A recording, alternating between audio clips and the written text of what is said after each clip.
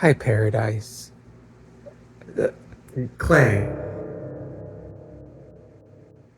All right, you can pause here if you want. The clay that I use is plastilina.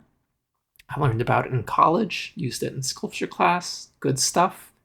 Um, it's really annoying to get off your hands though, and it gets under your fingernails, and it'll like if you're just doing it like straight off on a table, your table's gonna get all residuey. So that's annoying, but it never dries out. You sculpt your thing, you take your photos of your sculpture and you smoosh it and put it back in the box. You can use it forever, probably. Who knows? All right, so here's the clay that I got, um, and I wanted to show you don't have to use clay. I got a styrofoam ball, a white uh, pipe cleaner, some glasses I made, popsicle sticks, phone charger, aquarium tubing, which I don't use, a bunch of rocks that I found on the beach that I thought would be fun to make look like human teeth. Here I'm wrapping the styrofoam ball in paper before putting clay on it because I didn't want a bunch of styrofoam crumblies in the clay. And then there's like some weird bit of foam that I'm also using to put clay on top of. Uh, wow, I thought I'd just be able to do a voiceover, but this is going a lot faster. Anyway, this is the sculpting process. I'm not going to talk too much about it. You're going to do your own sculpting process. What we're truly more interested in observing here is the color adification, digital image editing. Oh, but yeah, look at the finished product. Look at these photographs. I took a couple of them to make a little animation. Let's look at that. Beautiful. So, first step is the annoying and laborious process of cutting this thing out. So I'm just going to zoom in as much as I care to.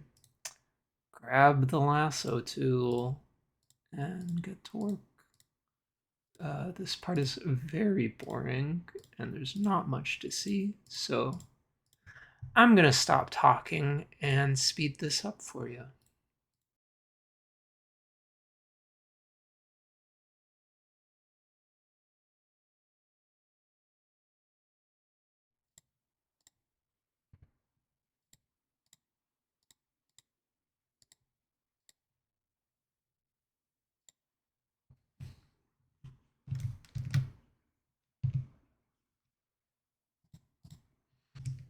Hey, I actually skipped recording the coloring, so just here's the finished thing. Wonderful. Basically, well, first off, so something I didn't mention is when you photograph your clay things on a black background, when you go to cut it out, you kind of get like a black outline for free, and you don't even have to, duplicate the geometry, make it slightly bigger, and then invert the normals. You just get the black outline. Um, anyway, that's a 3D modeling joke. The color layer. It's really easy. It's basically just coloring book. Yeah. Here, let me. Really. So here's the coloring layer. This is what it actually looks like. Pretty wild. And then there's a blending mode called multiply, which just makes everything darker. And that's what you use for your colors. And then I also used the program I'm using has something called clipping mask. You can have a layer only be visible when it's on top of what's on the layer below. And that way I don't have to worry about coloring outside the lines. But yeah, that's that. Color away. I added some extra layers to darken it up a bit. It was feeling a little low contrast. And then also, due to the nature of multiply blending mode, you're making everything darker. You might at the end feel like you've lost highlights or like you want to add in some shininess. And you can do that. Also, if you want to add in extra shadows too, I'd always recommend going back to your original image and then using this as like a mask with itself or an inverted mask with itself to get just the shadows or just the highlights. That way, you're still kind of staying true to the third dimension present in your sculpture photograph, and you're not just kind of like making up highlights, not being true to the light source or whatever. But yeah, that's that. Sorry I didn't show you the painting process.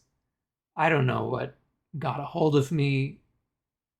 I felt it would be boring to watch, but like literally I showed you the entire sculpting process and I sped it up by like 50 times. So yeah, it's a mystery why I didn't do that. But I'm rambling now. I'm rambling. Let me show you something cool. So I'm gonna make the image smaller, 500 pixels in the biggest dimension. And now it's tiny. And the software I'm using has an image mode called indexed color. I don't know if you have that in yours. But check this out. You just kind of get like a Hilux flavor for free. Check this out. 8 colors. No. Oh, none. 8.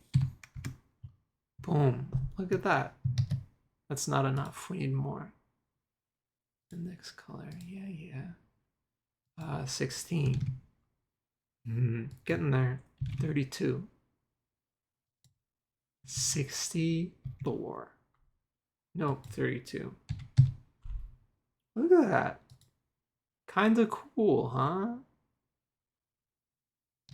Actually, before I do that, if I delete this silly background I made and go to index the colors again. Mode, index, yeah. 32. Now. Oh, I have to change it back to RGB. It's weird. I'm using old software. Boom. Check it out. Look at this creature. I'm gonna post this image and show all my friends. All right, that's it. Thanks for watching. Bye.